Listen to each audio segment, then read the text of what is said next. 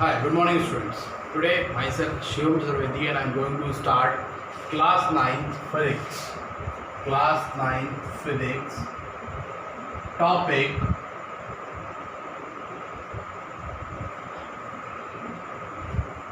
velocity versus speed or does velocity and speed are always equal? क्या velocity और speed हमेशा equal होते हैं? ठीक है ना। तो समझने वाली बात ये है कि क्या velocity और speed equal है वास्तव में। The main difference is of the direction, ठीक है ना। As the speed does not depend upon the direction and the velocity depend upon the direction. The main basic difference is that. So suppose that there is a road and it is at point A, ठीक है ना। या हम ऐसा करते हैं कि point A पर एक बिल्डिंग मानते हैं, एक स्कूल मानते हैं, ठीक है ना। एक स्कूल है हमारा, ठीक है ना। स्कूल है, पॉइंट A पर है, ठीक है। और पॉइंट B पर हमारा जो है वो घर है, ठीक है ना। क्लियर, होम या हाउस, ठीक है। और स्कूल से हाउस की जो डिस्टेंस है, स्कूल से हाउस की जो डिस्टेंस है वो अप्रॉक्स 10 किलोमीटर है, ठीक है। और एक स्टूडेंट है वो अपने हाउस से, ठीक है ना, अपने स्कूल की तरफ जाता है 10 किलोमीटर बाइसिकल से, ठीक है ना। बाइसिकल से जा रहा है B to A यानी कि हाउस टू स्कूल जा रहा है, ठीक है। और वो ले रहा है यहाँ पर 1 आवर, सपोज दैट, ठीक है ना। कितना ले रहा है? 1 आवर ले रहा है, ठीक है। या हम टाइम थोड़ा बढ़ा लेते हैं, ठीक है ना। सपोज दैट 2 आवर ले रहा है, 2 आवर, ठीक है।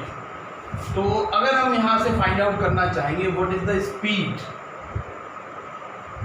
तो स्पीड ये केस फर्स्ट लेते हैं हम यहाँ पर, ठीक है ना। When boy goes to school from home या हाउस, बच्चा जो है वो स्कूल से यानी घर से स्कूल की तरफ जा रहा है, तो speed equals to, the formula of speed is speed equal to distance upon time. Is it clear?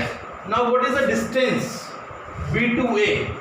B to A is the distance and that is equals to 10, and what is the now time taken by it? So that must be 10 upon 2, that must be 5 kilometer per hour. 2 in the 2, 2 5 the 10, okay, 5 kilometer per hour. Now velocity,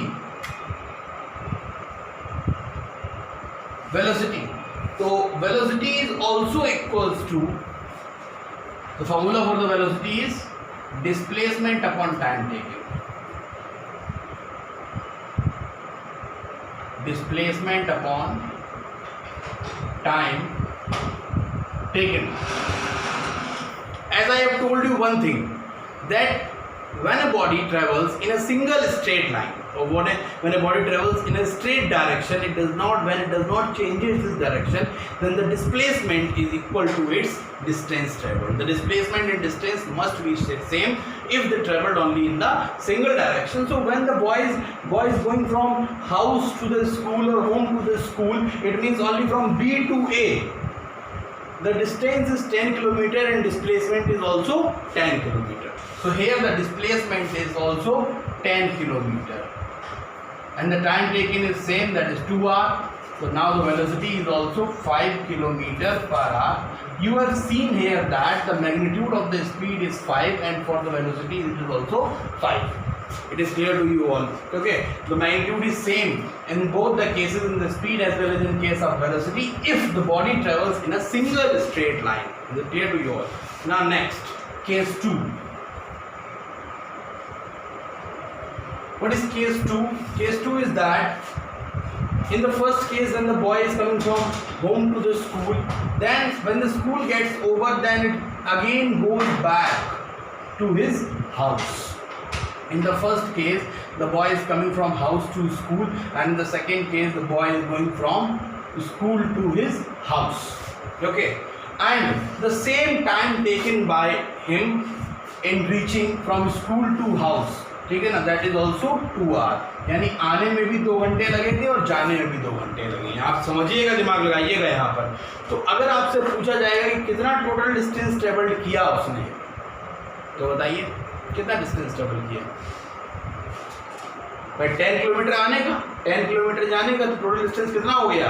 20 kilometre. और total time taken कितना हो गया? Total time taken हो गया 2 our ये और 2 our ये, यानी कितना हो गया? 4 आवर, ठीक है ना। तो अब सेकेंड केस ये है हमारा, when boy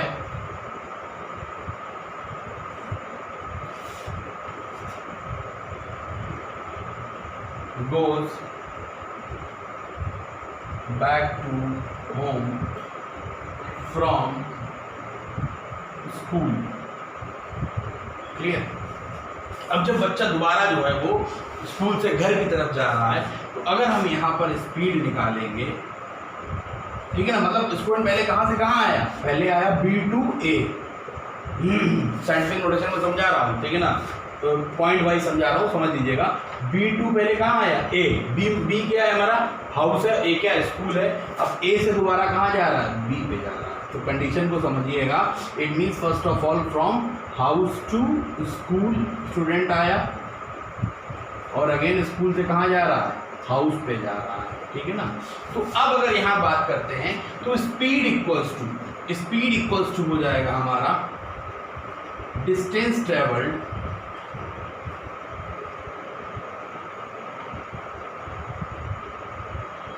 upon time taken, ठीक है ना।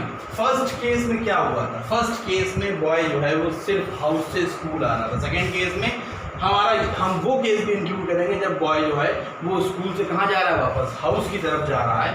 तो टोटल डिस्टेंस ट्रेवल्ड यहाँ हम लेंगे, ठीक है ना। तो आपको पता होना चाहिए, पहले तो हम लेंगे B to A और फिर डिस्टेंस लेंगे A to B, ठीक है ना। टाइम भी हो जाएगा कितना? 2 + 2।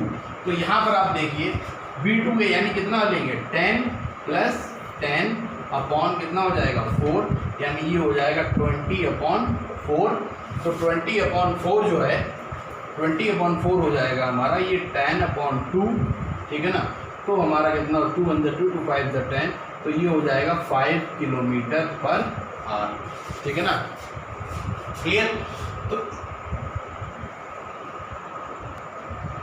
okay, now as in the second case you have seen that the speed is 5 km/h, okay, and also we have to find out the velocity. So velocity is in the second case is, the formula for the velocity is velocity equals to displacement upon time taken,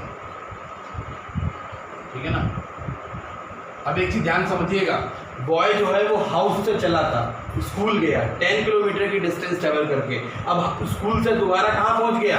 house पहुँच गया, ठीक है ना। फिर से 10 kilometre की distance travel करके, यानी कि बॉय जिस पॉइंट से चला था दोबारा उसी पॉइंट पर पहुँच गया, तो उसका डिस्प्लेसमेंट कितना हो जाएगा?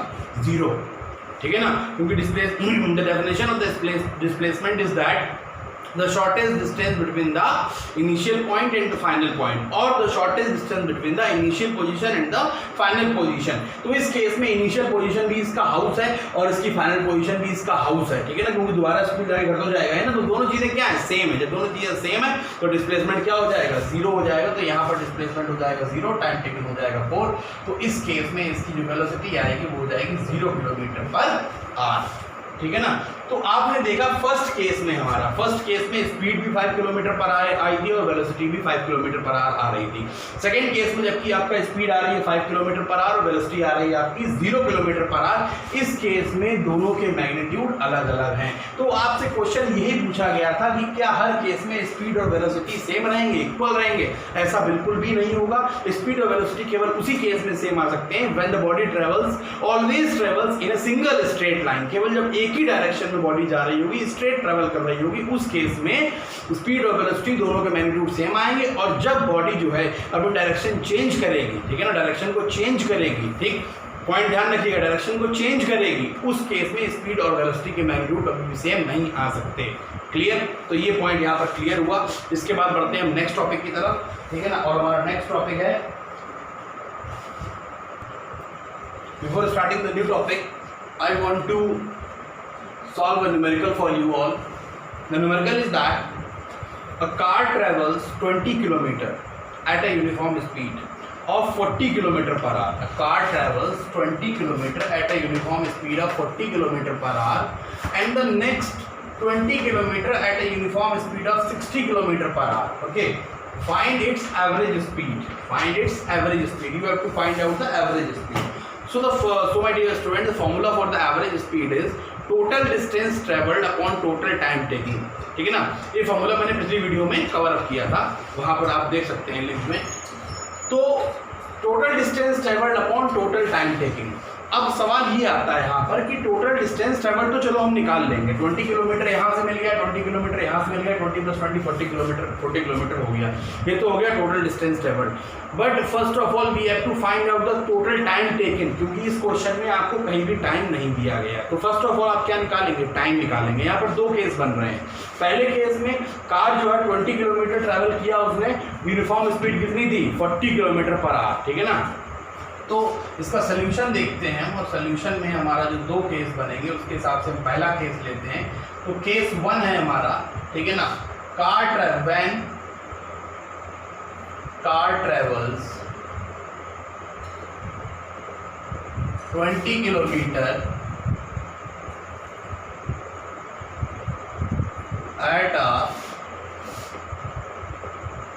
Uniform speed of 40 kilometre per our, ठीक है ना। तो इस केस में देखिए, ध्यान से समझिएगा कि डिस्टेंस कितना हो जाएगा, ठीक है ना। जो डिस्टेंस है उसको हम मान रहे हैं d1, तो d1 है हमारा 20 किलोमीटर। अब हम देखते हैं हमारी स्पीड, तो स्पीड को हम मानेंगे s1, ठीक है ना, हमने लेट किया है उसको s1, तो ये हमारी स्पीड है 40 kilometre per hour. Now we have to find out the time taken. तो इस केस में जो टाइम टेकन निकल रहा है उसको हमने रिप्रेजेंट किया t1 से, ठीक है ना। तो t1 time equal to formula होता है डिस्टेंस अपॉन स्पीड, ठीक है ना। तो डिस्टेंस हम लेंगे d1 और स्पीड लेंगे s1। तो यहाँ पे फाइंड आउट करेंगे तो d1 हो जाएगा 20 और स्पीड हो जाएगी 40, कैंसिल आउट करेंगे, 2 × 1 = 2, 2 × 2 = 4, तो कितना आ गया हमारा 1/2 r। क्लियर? क्योंकि यहाँ पर आप देखिए स्पीड किसमें दी गई है? 40 किलोमीटर पर आवर, तो टाइम जो है वो हमारा आर में फाइंड आउट होगा जाके, ठीक है, कैलकुलेट होगा। अब हम देखते हैं केस 2। तो यहाँ पर हमें केस 1 से जो है, ठीक है ना, वो टाइम मिल गया। क्लियर? अब हम देखेंगे केस 2। तो केस 2 को देखने से पहले आप देखिए हमारी दूसरी कंडीशन क्या है। दूसरी कंडीशन हमारी है when car travels 20 kilometre, next 20 kilometre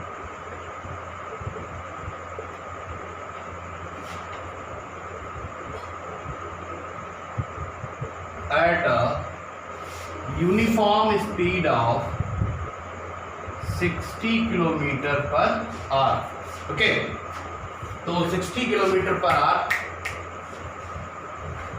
पर आपका दिया गया है, ठीक है। डिस्टेंस कितना हो जाएगा? 20 और स्पीड कितनी हो जाएगी? 60। तो यहाँ पर जो हम डिस्टेंस लेते हैं उसको हम d2 से रिप्रेजेंट करते हैं। d2 हो जाएगा 20 किलोमीटर और स्पीड यानी कि s2 से रिप्रेजेंट करते हैं और स्पीड हो जाएगी कितनी? 60 kilometre per hour. Now we have to find out the total time taken, time taken in the second case, that is t2। तो t2 इक्वल्स टू हो जाएगा डिस्टेंस अपॉन स्पीड। तो डिस्टेंस है हमारी d2 हमने कंसीडर किया, speed है s2। Now we have to put the value, so that is equals to 20 upon 60। Now cancel out it, तो 2 × 2 2 × 3 = 6, that is 1/3 r। okay, so that is t1 1/2 and t2 is 1/3. Now you have to find out the first of all total distance and then total time taken. So the total distance traveled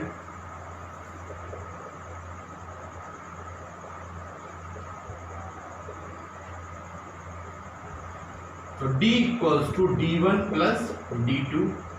So 20 plus 20, that is equals to 40 kilometer. Now total time taken. Total time taken. So t is equals to t1 plus t2. Okay. So what is t1? In the first case, we have calculated already the t1. And in the second case, we have calculated the T2, 1 by 2 plus 1 by 3, that must be equals to LCM must be 6, 2 3 is 6 plus 3 2 is 6. So that must be equal to 5 upon 6 R. So now we have already calculated the total distance traveled as well as the total time taken. Now you have to put these values in the formula of average speed. So the formula of average speed is given by average speed is equals to total distance traveled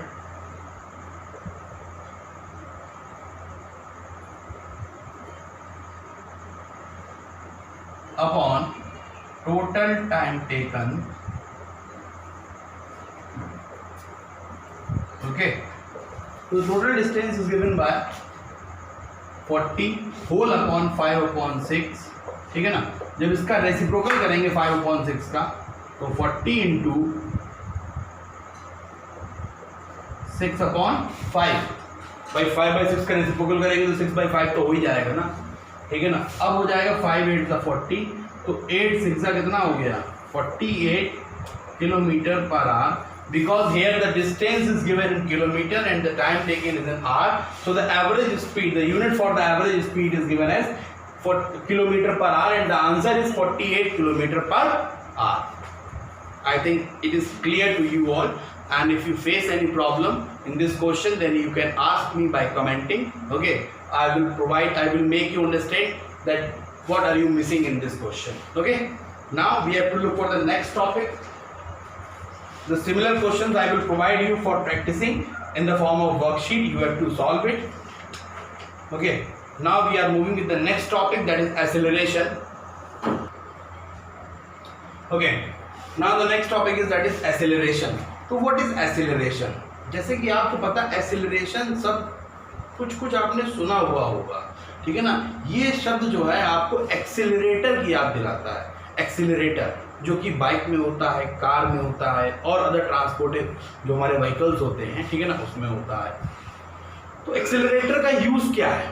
accelerator शब्द को सुनिएगा और ध्यान से उस पर विचार करिएगा. एक्सेलरेटर एक ऐसी डिवाइस है जो कि स्पीड को बढ़ाने का काम करती है या फिर कम करने का काम करती है. आपने एक्सेलरेटर को दबा दिया, ठीक है ना, बाइक में एक्सेलरेटर लिया आपने एकदम से, अब किया एक्सेलरेटर बाइक में, तो क्या होगा, स्पीड एकदम से बढ़ जाएगी. एक्सेलरेटर आप डाउन कर देंगे, स्पीड कम हो जाएगी. कार में आपने एक्सेलरेटर को प्रेस कर दिया तो स्पीड एकदम से बढ़ जाएगी, और एक्सेलरेटर पे से पैर हटा लिया आपने तो स्पीड क्या हो जाएगी, डाउन हो जाएगी. एक्सेलरेशन वही है. एक्सेलरेशन का मतलब सीधा सा होता है कि वेलोसिटी का चेंज हो जाना, वेलोसिटी का बदल जाना with respect to time is known as the acceleration. उसी से इसकी डेफिनेशन बनी है, the rate of change of velocity. The rate of change of velocity is known as acceleration, और change of velocity per unit time is known as acceleration. यानी velocity का बदल जाना टाइम के रिस्पेक्ट में, यही एक्सेलरेशन कहलाता है. जैसे कि 10 o'clock पर मेरी बाइक 40 किलोमीटर पर आवर से चल रही थी. 10:05 पर आफ्टर 5 मिनट्स मेरी बाइक की स्पीड हो गई 60 किलोमीटर पर आवर, ठीक है ना.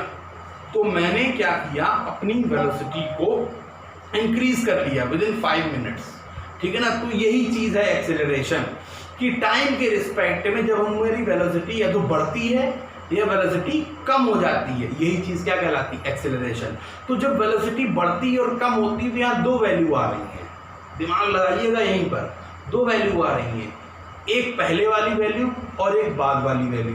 जो पहले वाली वैल्यू आ रही है वो इनिशियल वेलोसिटी होती है, इसे हम u से रिप्रेजेंट करते हैं। और जो बाद में वेलोसिटी ली जा रही है वो हमारी फाइनल वेलोसिटी, उसे हम v से रिप्रेजेंट करते हैं। अगर मान लीजिए आप अपनी वेलोसिटी बढ़ा रहे हैं, मान लीजिए 40 से आप 60 कर रहे हैं, तो 40 जो पहले आपकी वेलोसिटी थी वो हमारी इनिशियल वेलोसिटी थी, और जो बाद में आपकी वेलोसिटी हुई है जाके 60 किलोमीटर पर आवर, वो आपकी जो है क्या है, फाइनल वेलोसिटी, उसे हम v से रिप्रेजेंट करेंगे। लेकिन सपोज दैट अगर आपकी वेलोसिटी डाउन हो रही है, स्पीड डाउन हो रही है, आप एक्सेलरेटर डाउन कर रहे हो, तो मान लीजिए आपकी स्पीड पहले 40 किलोमीटर पर आवर थी, सामने से एकदम से किसी ने रोड क्रॉस कर दिया तो आपने स्पीड डाउन कर लिया, आपकी स्पीड रहेगी 20 किलोमीटर पर आवर। तो पहले जो स्पीड थी 40 थी, डाउन करने पर स्पीड कितनी हो गई 20, तो जो 40 है वो हमारा इनिशियल वेलोसिटी हो जाएगी, और जो स्पीड आपने डाउन करके जो अपनी बाइक आप ले आए हैं 20 पे, वो हमारी क्या हो जाएगी, फाइनल वेलोसिटी हो जाएगी, उसे हम v से रिप्रेजेंट करेंगे। तो बस दो ही बातें यहाँ ध्यान रखनी, क्योंकि बच्चे इसी u v में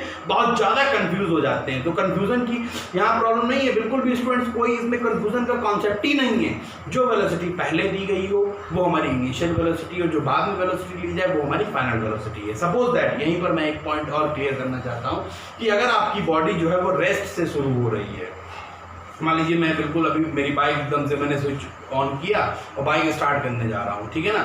तो जब मैं बाइक स्टार्ट करने जा रहा हूँ तो एक्चुअल में मेरी इनिशियल वेलोसिटी क्या है, 0, क्योंकि मैं तो रेस्ट पे था ना। रेस्ट से मैंने अपनी वेलोसिटी को बढ़ाया है, तो इनिशियल वेलोसिटी क्या हो गई, 0। तो यानी कि कोई भी ऑब्जेक्ट, कोई भी व्हीकल अगर रेस्ट से स्टार्ट हो रहा है तो उसकी इनिशियल वेलोसिटी हो जाएगी 0, और फिर वो चाहे जितनी वेलोसिटी अटेन कर ले, 10 किलोमीटर पे चलाए, 20 किलोमीटर पर आवर पे चलाए, 30 किलोमीटर पर आवर पे चलाए, 40 किलोमीटर पर आवर पे चलाए, डजंट मैटर। तो जो उसकी बाद की वेलोसिटी होगी वो उसकी फाइनल वेलोसिटी होगी।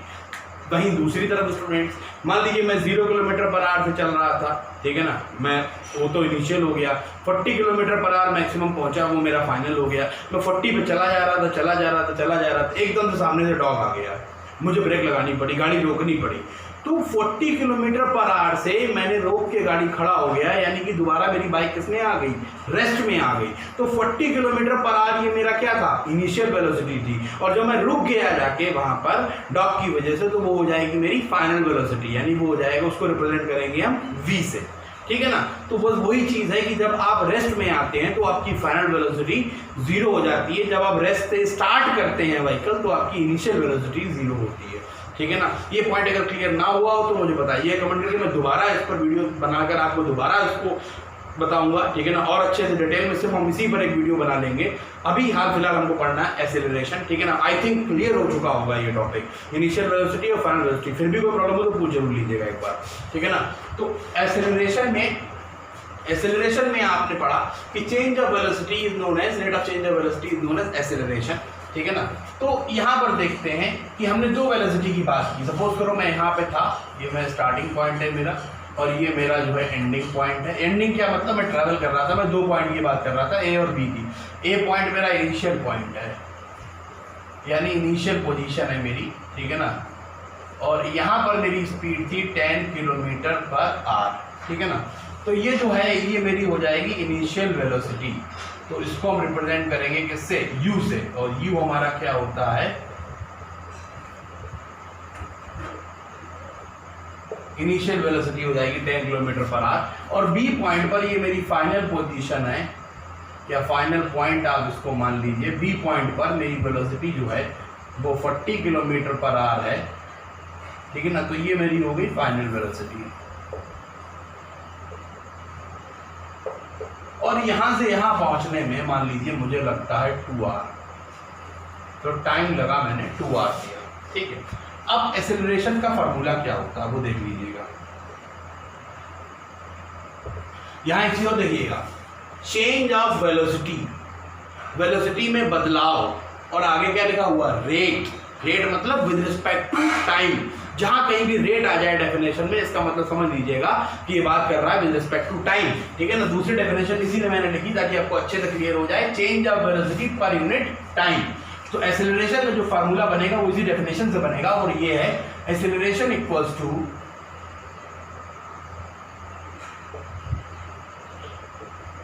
Change of velocity upon time taken, time taken, ठीक है ना। Change of velocity upon time taken, ठीक है ना। तो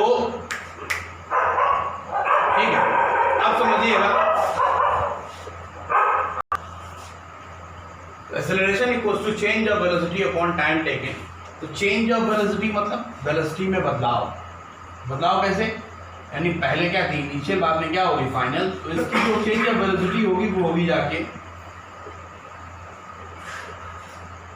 final velocity minus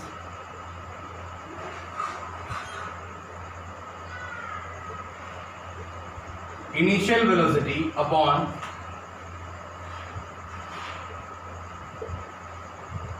time taken. ठीक है ना, चेंज ऑफ वेलोसिटी यही तो हुआ, वेलोसिटी में अंतर यानी फाइनल माइनस इनिशियल। तो final velocity minus initial velocity. तो फाइनल वेलोसिटी को हम लोग रिप्रेजेंट करते हैं v से और इनिशियल वेलोसिटी को रिप्रेजेंट करते हैं u से। तो फार्मूला हो गया इसका a equals to v minus u upon t. a equals to v minus u upon t. और एक्सेलरेशन जो होता है इसको हिंदी में कहते हैं त्वरण। क्या कहते हैं? त्वरण कहा जाता है। आपके मतलब का नहीं, लेकिन मैंने जीके के लिए बता दिया, त्वरण कहा जाता है इसको। ठीक है ना। तो a equals to v minus u upon t. अब ये इसका रिक्वायर्ड फार्मूला है एक्सेलरेशन का। v यहाँ पर फाइनल वेलोसिटी है, u इनिशियल वेलोसिटी और t हमारा टाइम टेकन है। ठीक है ना। अब जो हमने ये एग्जांपल लिया था,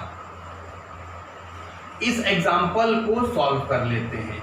इनिशियल वेलोसिटी कितनी थी हमारी? कितनी थी? 10 किलोमीटर पर आवर। ठीक है। फाइनल वेलोसिटी मेरी कितनी थी? 40 किलोमीटर पर आवर। और टाइम टेकन कितना है? 2 आवर्स। ठीक, वैल्यू पुट कर दीजिए भाई। जो पहले लिखा हुआ इनिशियल, जो बाद में लिखा हुआ फाइनल, टाइम टेकन तो दिया ही गया है, फॉर्मूले में पुट करिए। फॉर्मूला क्या है? a equals to v minus u upon t. v कितना है हमारा? 40, u कितना है? 10 अपॉन 2। ठीक, तो 40 माइनस 10 यानी कितना हो जाएगा? 30 अपॉन 2 यानी हो जाएगा 15। अब सवाल आता है एक्सेलरेशन की एसआई यूनिट क्या होती है, हम यहां पर क्या लिखें? ठीक, और किसी की भी एसआई यूनिट फिजिक्स में कभी याद मत करिएगा।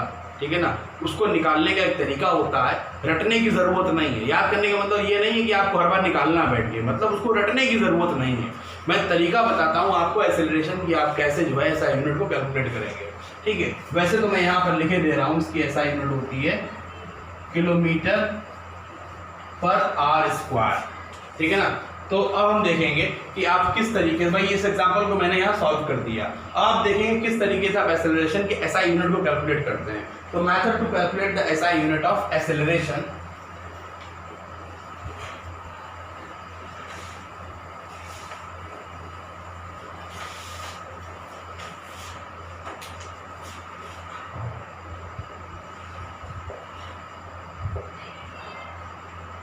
Method to calculate the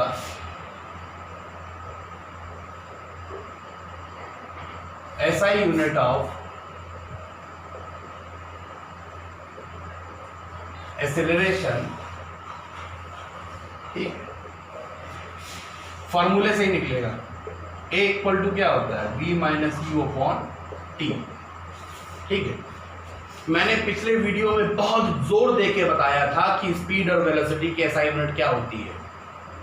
distance की मीटर होती है, टाइम की सेकंड होती है, तो स्पीड की क्या हो जाएगी? मीटर अपॉन सेकंड यानी मीटर पर सेकंड। वेलोसिटी की भी एसआई यूनिट क्या होगी? मीटर पर सेकंड। तो यहां पर बस आप वेलोसिटी और इस टाइम की एसआई यूनिट रख दीजिए। वेलोसिटी की एसआई यूनिट क्या होती है? मीटर पर सेकंड। और टाइम की क्या होती है? सेकंड। ऊपर आप भाई देखिए v माइनस यू है, बात समझिएगा। Final velocity minus initial velocity. ठीक है ना। तो ये भी वेलोसिटी, ये भी वेलोसिटी, वेलोसिटी वेलोसिटी माइनस करोगे तो वेलोसिटी ही तो आएगा। और वेलोसिटी की एसआई यूनिट क्या होती है? मीटर पर सेकंड। और टाइम की एसआई यूनिट क्या होती है? सेकंड। बिल्कुल सही जा रहे हैं। तो मीटर पर सेकंड यानी मीटर अपॉन सेकंड और होल अपॉन क्या हो जाएगा? सेकंड। और अपॉन में 1 मान लेते हैं। अब आप इसका क्या करेंगे? रेसिप्रोकल करेंगे। तो metre upon second into 1 upon second. भाई सेकेंड अपॉन 1 है, रेसिप्रोकल करेंगे तो क्या हो जाएगा? 1 अपॉन सेकेंड। तो यहां से देखिए आपको क्या मिला? Metre into 1 metre, second into second क्या मिल गया? Second square. ठीक, तो यहां से आपको एक्सेलरेशन की एसआई यूनिट क्या मिल गई? मीटर पर सेकेंड स्क्वायर। मीटर पर सेकेंड स्क्वायर, ठीक है ना। तो यही हमारा हो जाएगा, इसको हम इस तरीके से भी रिप्रेजेंट कर सकते हैं, मीटर पर सेकेंड स्क्वायर, ठीक है। अब आप समझ लीजिए, ठीक है, ये तो हमारा ऐसा यूनिट हो गया, इसको याद कर लीजिएगा, ठीक है ना, मतलब समझ के याद करिएगा, रटना नहीं है, ठीक है ना, समझ के याद करिएगा, मीटर पर सेकेंड स्क्वायर होता है, ये भी देख लीजिएगा एक बार स्टेप। अब बात करते हैं एक्सेलरेशन 3 टाइप के होते हैं, ठीक है ना, पॉजिटिव एक्सेलरेशन, नेगेटिव एक्सेलरेशन और जीरो एक्सेलरेशन। पॉजिटिव एक्सेलरेशन कब होता है, ठीक है, वो समझिएगा। Topic is types of acceleration. It is also calculated with the help of the formula that a equals to b minus u upon t. The acceleration is of 3 types. Number first, positive acceleration.